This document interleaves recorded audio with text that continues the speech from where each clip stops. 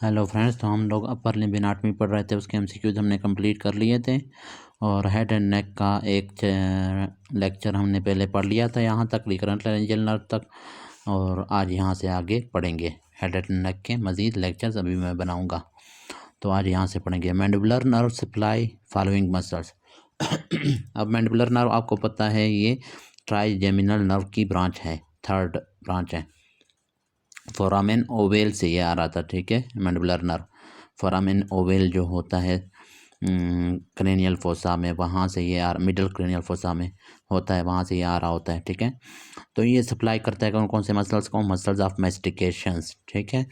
Tensor विल्लाई पैलेटिनी और tensor विल्लाई टेम्पेनी। तो ये आप इसको इस तरह याद रख सकते हैं। फिर माइलोहाइड है, फिर एंटीरियर बल्लिया डाइगेस्ट्रिक। इसको आप इस तरह T2M2, TB2 है और MB2 है और एक ए, ठीक है। इस तरह आप याद रख सकते हैं, ठीक है। T2M2 और ए, ठीक है।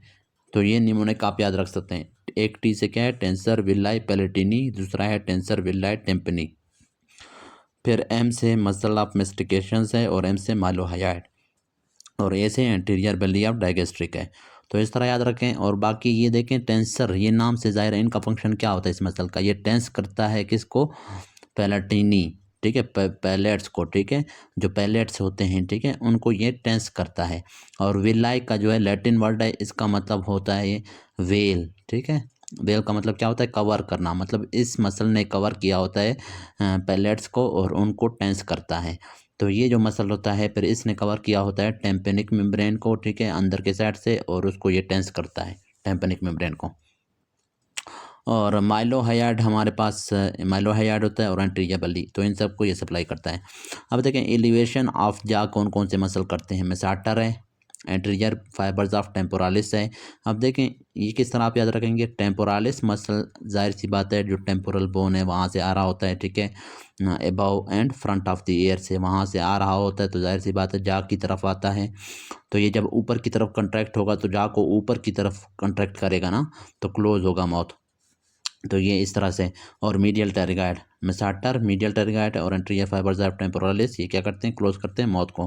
फिर डिप्रेशन ऑफ जा कौन करवाता है? मतलब ओपनिंग ऑफ माउथ, उसमें फिर लेटरल, यहाँ पर मीडियल टेरिगाइड था, वहाँ पर लेटरल टेरिगाइड होगा।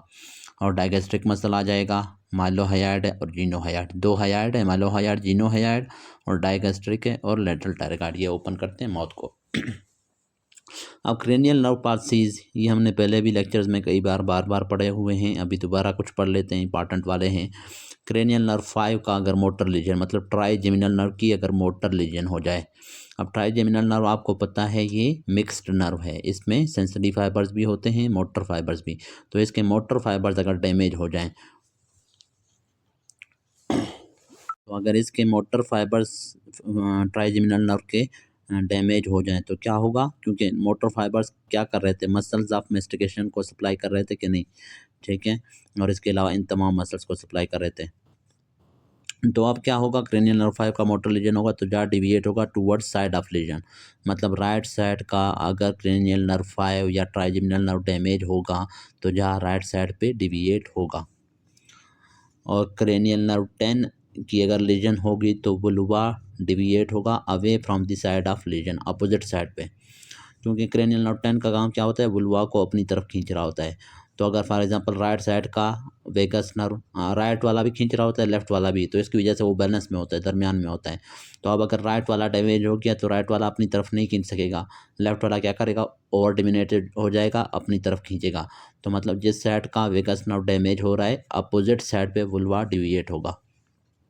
क्रेनियल नर्व 11 है, वो फिर स्टर्नोक्लिडोमास्टाइड मसल को सप्लाई कर रहा होता है, जो कि कंट्रालेटरल साइड पे क्या कराता? हेड की रोटेशन करवाता था।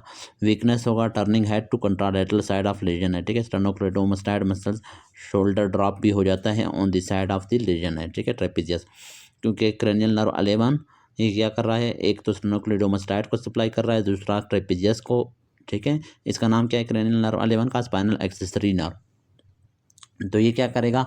स्टेनोक्लिडोमास्टाइड क्या कर रहा था? अपोजिट साइड पे हेड को रोटेट कर रहा था, तो वीकनेस होगी ना अपोजिट साइड पे, कंट्रालेटरल साइड पे रोटेट, हेड को रोटेट करने में, क्योंकि वो नर्व डैमेज हो गया है ना। और दूसरा शोल्डर ड्रॉप्स भी होगा, ठीक है, जिस साइड पे फॉर एग्जांपल राइट साइड का अगर 11 नर्व डैमेज है तो लेफ्ट साइड पे हेड रोटेट करने में वीकनेस होगा, और साथ में राइट साइड का जो शोल्डर होगा ड्रूप होगा, ठीक है, नीचे। उसकी वजह क्या है, ट्रेपेजियस मसल क्या कर रहा था, वो शोल्डर को अपराइट रख रहा था और श्रगिंग करवा रहा था। तो अब जब वो डैमेज हो गया है नर्व, तो इसकी वजह से क्या है, शोल्डर ड्रूप होगा।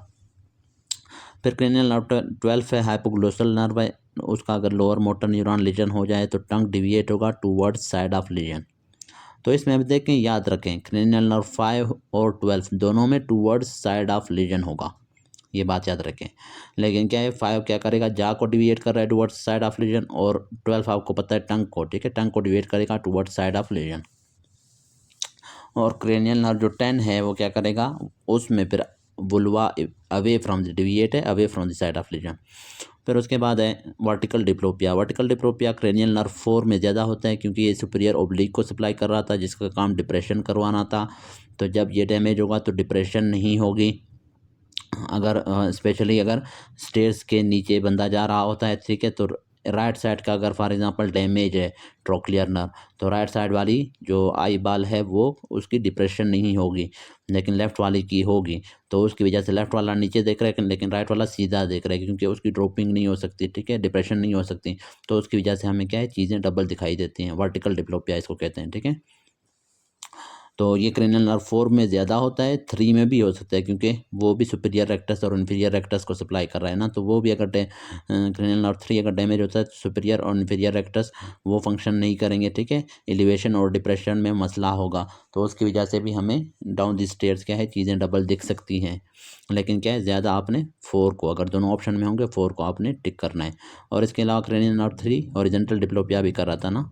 और हॉरिजॉन्टल डिप्लोपिया की अगर बात आ जाए तो उसमें आपने क्रेनियल नर्व 6 मोर देन 3 लगाना है, और वर्टिकल में 4 मोर देन 3।